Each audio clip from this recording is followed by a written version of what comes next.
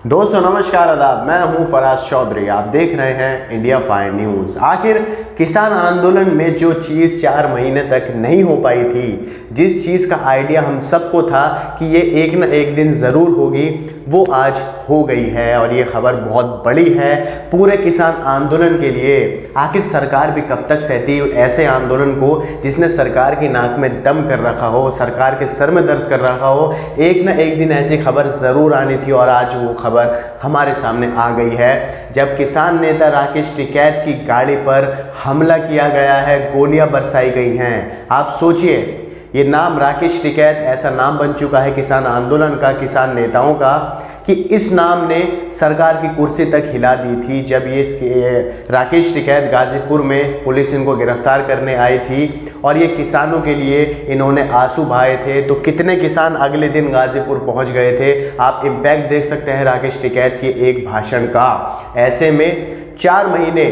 और उससे भी ऊपर के टाइम किसान आंदोलन को चलते हुए हो गया है। अब तक ये चीज़ हमारे सामने नहीं आई थी कि किसी किसान पर हमला हुआ हो, किन लोगों ने किसान नेताओं पर हमला करवाया, किसान आंदोलन पर हमला हुआ हो। कई बार कोशिशें हुई हैं मगर हमले को अंजाम कोई नहीं दे पाया था, मगर इस बार हो गया है।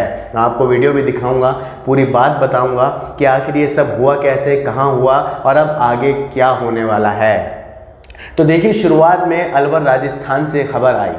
अलवर राजस्थान में एक पंचायत को, एक सभा को संबोधित करने पहुंचे थे किसान नेता राकेश टिकैत। वहां पर वो सभा को संबोधित कर रहे थे तो एक भीड़ ने उनके काफिले को घेर लिया, जिसके बाद उनकी गाड़ी पर गोलियां बरसाई गईं।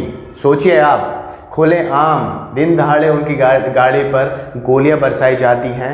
किसान आंदोलन, क्योंकि राकेश टिकैत एक ऐसे नेता हैं जो कि किसान आंदोलन को इस वक्त सारे और किसान नेताओं के साथ मिलकर आगे बढ़ा रहे हैं। और ये कहीं ना कहीं सरकार के लिए खतरे की घंटी है, क्योंकि जैसे जैसे किसान आंदोलन आगे बढ़ेगा, जितना वक्त के साथ ये और मजबूत होता जाएगा। 4 महीने तो इसने दिखा दिया है इस आंदोलन ने कि ये आंदोलन इतनी आसानी से ख़त्म नहीं होगा। दूसरा, ये आंदोलन सरकार की कुर्सी के साथ सरकार को पूरी तरीके से हिलाकर छोड़ेगा। और इसके बाद अब 4 महीने बाद ये खबर आती है कि राकेश टिकैत के काफिले पर हमला हो जाता है। तो ये खबर भी शायद कुछ दिनों बाद आपके पास आ जाए कि गाजीपुर प्रोटेस्ट साइट हो या सिंगू बॉर्डर हो, टिकरी बॉर्डर हो, इन तीनों में से किसी पर भी कुछ लोगों ने, कुछ मुट्ठीभर लोगों ने आकर हमला कर दिया, जिसमें कई किसान शहीद हो गए। ये खबर भी आपके सामने आ सकती है, जैसे सिंगू बॉर्डर पर हुआ था एक बार।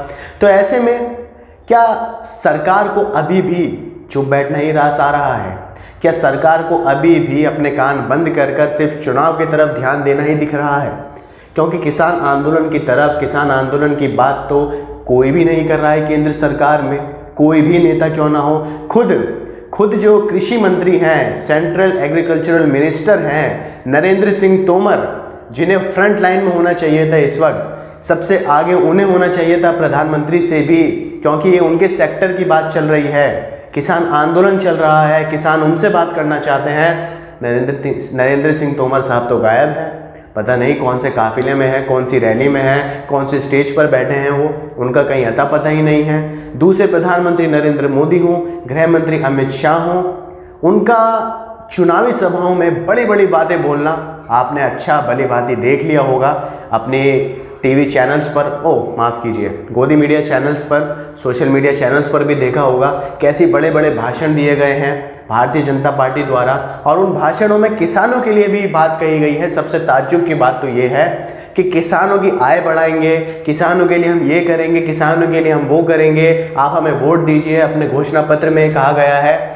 आखिर आप लोगों को अगर किसानों की इतनी फिक्र है तो पहले जो आपकी दिल्ली की सरहदों पर, 3 सरहदों पर किसान बैठे हैं, उनकी बात तो सुन लीजिए, उनसे बातचीत तो कर लीजिए, उनकी जो मुश्किल है उनका हल निकाल दीजिए। उसके बाद आप अच्छे लगेंगे और किसानों से वादे करते हुए और किसानों से कहते हुए कि हम आपकी आय बढ़ा देंगे, हम आपके ज़मीनी कर्ज माफ़ करवा देंगे, हम आपके ये करवा देंगे, वो करवा देंगे।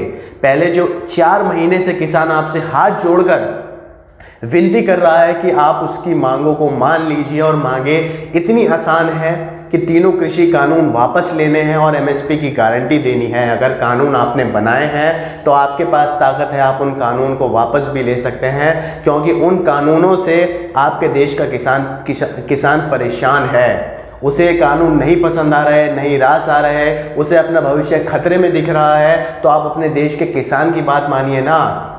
अब मैं आपको वो वीडियो दिखा रहा हूँ, मैं देरी नहीं करूँगा, आप वो वीडियो देखिए जिसमें लोगों ने चक्का जाम कर दिया सड़क को, जब उन्होंने देखा कि राकेश टिकैत की गाड़ी पर आखिर दिन दहाड़े फायरिंग कैसे हो जाती है। एक किसान नेता जो कि किसान आंदोलन को संबोधित कर रहा है, सभाओं को अलग अलग राज्यों में जाकर संबोधित कर रहा है, और पुलिस प्रशासन आखिर कर क्या रहा था, केंद्र सरकार इसमें क्या कर रही है, वो वीडियो देखिए आप ध्यान से। पहले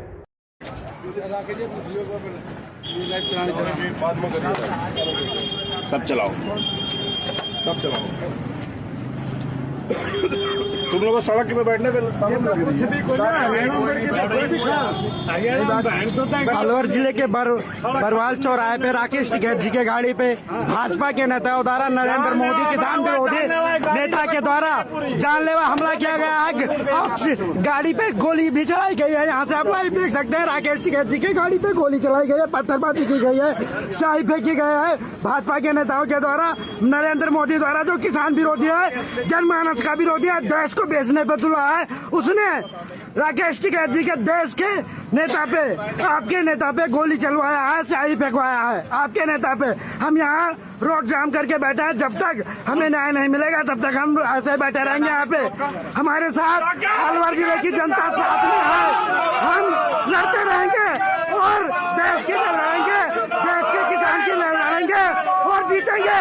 अन्नदाता की आवाज दबने नहीं दी जाएगी, अन्नदाता की आवाज उठाई जाएगी। सराम झूठ क्यों बोलो।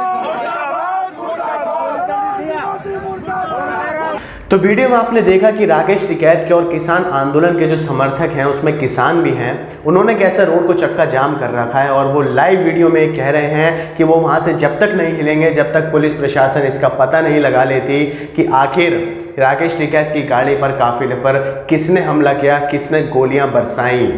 खैर आगे सुनिए आप। ये बात आती है दोस्तों कि मई में किसानों ने ये ऐलान किया है, उन्होंने एक तरह की डेडलाइन दी है केंद्र सरकार को कि अगर उनकी मांगों को नहीं माना जाता है, जो कि अब तक तो कुछ भी बात नहीं हुई है, वो जो 10-11 बैठक हुई थी जब आंदोलन की शुरुआत हुई थी, वो जो बिल्कुल अनकंक्लूसिव बैठक थी जिसका कोई फैसला नहीं निकला था, उसके बाद से अब तक सरकार और किसानों के बीच कोई बातचीत नहीं हुई है। एक तरह से जो कम्युनिकेशन का तार था वो बिल्कुल कट गया है, कोई कम्युनिकेशन को जोड़ने की कोशिश नहीं कर रहा है, क्योंकि किसान मजबूर है, किसानों के पास कोई ऑप्शन नहीं है। आखिर वो केंद्र सरकार से कैसे बात करें। प्रधानमंत्री मोदी जी तमिलनाडु में है, केरला में है, और गृह मंत्री अमित शाह बंगाल में है, असम में है। अब किसान क्या असम और बंगाल जाएगा, तमिलनाडु केरला जाएगा अब प्रधानमंत्री मोदी जी से बात करने के लिए? तो सुनिए, किसान जाएगा, और ये किसानों ने ऐलान भी किया है कि वो उस हर राज्य में जाएंगे जहां भारतीय जनता पार्टी, प्रधानमंत्री मोदी जाकर अपना प्रचार प्रसार कर रहे हैं, और वहां के लोगों को ये बताएंगे कि आखिर दिल्ली की सरहदों पर 4 महीने से बैठे देश के किसानों का क्या हाल कर दिया है केंद्र सरकार ने, मोदी सरकार ने। मई की मैं बात कर रहा था, तो मई में ये ऐलान किया गया है सारे किसान नेताओं द्वारा, किसान संगठनों द्वारा, कि मई में संसद का घेराव किया जाएगा, क्योंकि समय समय पर आंदोलन को तेज करने के लिए और सरकार के कानों में अपनी बात डालने के लिए, अपनी आवाज़ डालने के लिए ऐसे कदम उठाने भी ज़रूरी होते हैं, वरना आप एक जगह पड़े रहकर आंदोलन करते रहिए, सरकार को कोई फ़र्क ही नहीं पड़ेगा। जंतर मंतर दिल्ली, जो कि एक प्रोटेस्ट साइट बना हुआ है, एक धरना स्थल बना हुआ है जहाँ पर सारे धरने होते हैं, आप वहाँ पर जाकर देख सकते हैं कि आखिर कितने लोग कितने सालों से धरना देकर पड़े हुए हैं, मगर सरकार के ऊपर कोई जू नहीं रेंगी है, क्योंकि उन लोगों ने अपने आंदोलन को आगे बढ़ाने की कोई ऐसी कोशिश नहीं की है। तो किसानों को ये डर है, इसलिए उन्होंने मई में ऐलान किया है कि वो संसद का घेराव करेंगे, वहाँ जाकर आंदोलन करेंगे और सरकार को ये बताएंगे कि आखिर 4 महीने से ज़्यादा टाइम सरकार किसानों की प्रॉब्लम का हल क्यों नहीं निकाल पाई है। तो दोस्तों, आज के लिए इतना ही। आपको ये खबर पसंद आई हो तो इसे आगे शेयर कीजिए, वीडियो को लाइक कीजिए और हमें कमेंट कर ज़रूर बताइए कि किसान आंदोलन के बारे में उसका फ्यूचर कैसा होगा और मौजूदा हालात जो केंद्र सरकार और किसानों के बीच में है उसके बारे में आप क्या सोचते हैं। साथ में हमारे चैनल इंडिया फाइन न्यूज़ को सब्सक्राइब ज़रूर कीजिए और बेल आइकन को प्रेस कीजिए ताकि आपको ऐसी वीडियोज़ की सारी अपडेट सबसे पहले मिल सके। मुझे दीजिए इजाज़त, नमस्कार।